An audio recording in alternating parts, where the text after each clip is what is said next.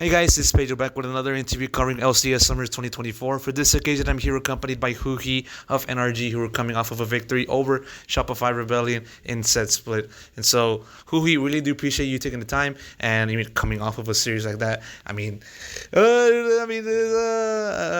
What kind of series was that? What was that? I think it was definitely like a banger, like we'll say. It was a really long game for four Elder Dragon. I think total in the two series that we played, and yeah, I think it was pretty exhausting, but also fun at the same time because it's like about like late game. Like if someone makes one mistake, the game is about to like explode. But I think it just kind of became that way because both teams were kind of rusty. We didn't really we made a lot of mistakes on both end, but I think I'm glad that we pulled it through. For sure. It's always good to end today on a good note with a W. Just want to ask you now, fast forward just over to the second map or second game of the series. It looked like Shopify was in a position to extend it to a third game of the series. Obviously, it didn't happen, especially with that play in Elder Dragon and also another skirmish over in the Nexus. What was going on over there within the team comms, and what was going through your mind, when it came to that play, and how are you guys able to just turn it around? I think around like at that point of the game, it's just really about like one decision, and I think as a team we could have been more decisive, but we were definitely more decisive in a way that we realized we were 2-0 down and ball wave is pushing in, and if you base and react, like they're just going to be able to kind of do the Nash Elder Dragon in front of us and kind of be in a better position. So we decided to kind of flip it and 50-50 it, and they played to backdoor us at the same time. And I think I just got lucky that Zarite just kind of died by getting hooked. So like I think, and two of our mid and top got to base, TP, and defend the base. So I think it was a good situation for us in the end.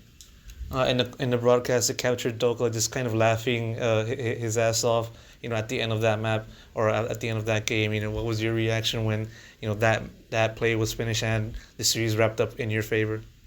Definitely a lot of relief, but I think I was also kind of laughing, and I could hear my teammates laughing too because usually in scrims we don't even take dragons sometimes, and like the game just gets played like that and in a really fast pace, and it just gets to stage and everyone is playing it slow, taking every dragon and objectives and control, and like gets to two Elder Dragon fights. It was just a little bit funny. Yeah, for sure. And as you said, it's as I said, a great way to bounce back with the W after a long break. And at that point, the team was coming in 1-2. You can correct me if I'm wrong there. That said, I just want to ask you just first and foremost about just the break. What were some of the things that you and the team kind of focus on in order to just improve and be a better version of yourselves in the second half of the regular season? Um, I think we touched a lot about our mentality and like team mindset, and I feel like throughout the break we kind of improved and started to play more connected than before. I think there is still a lot of improvement that we can do, and I think that's a good thing because I think we're going to the right direction. So especially with this another dub that we just got, I think we're not gonna be like even being like brilliant or something. I think we're still gonna like work really hard and kind of focus on our goal and try to improve and be ready for playoffs. Yeah, for sure. With this W, you guys are still in the hunt to reaching playoffs and then everything after that.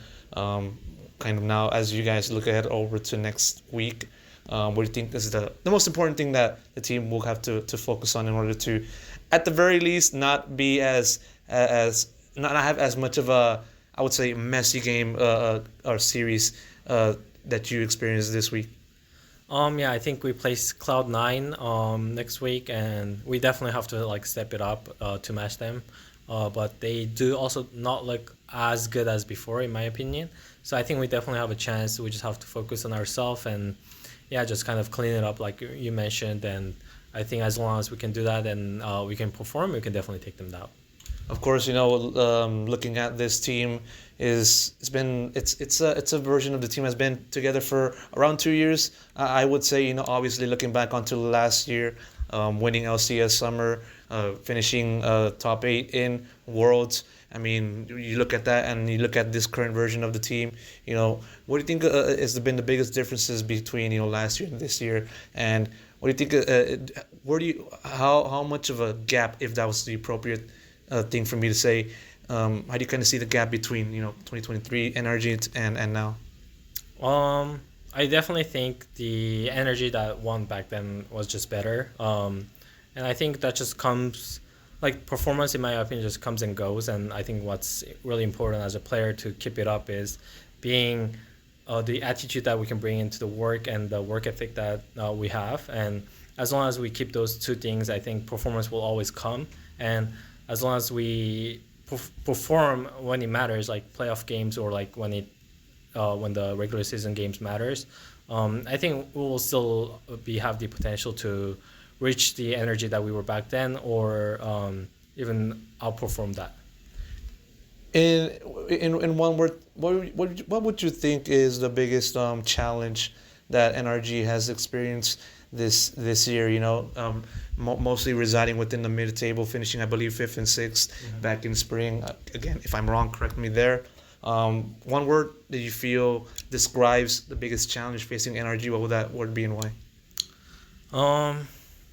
Yeah, I think just not being connected is, for me, like the best way to describe it. Whether it's in or out of the game, I think there's a lot of arguments, or lots of different minds, and that can be a really good thing as long as, like, we can talk it out in the positive way. And I think we are doing our best to get there. I don't think we're there yet, but I definitely can see us being better and better every day about it.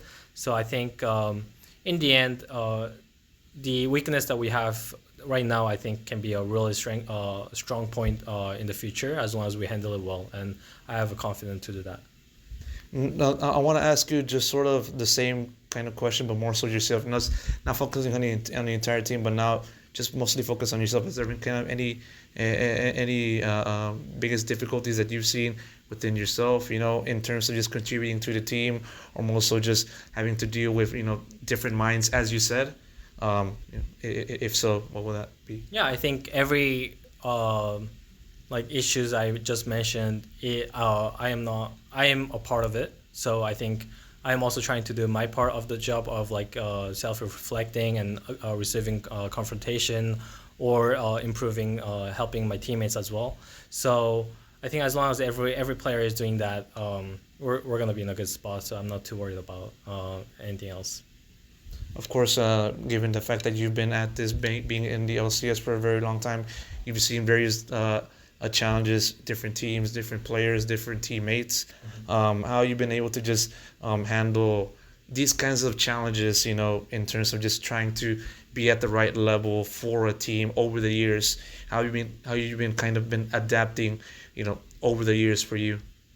Yeah, I think definitely after Golden Guardians joining NRG, I was having the most hard time adapting to the team, because I think it was just such a big dynamic change for me, where on Golden Guardians people just kind of listened to me in a sense, and on NRG I think I started learning how my teammates are personality wise, and how they play in game, and there was a lot of disconnect there.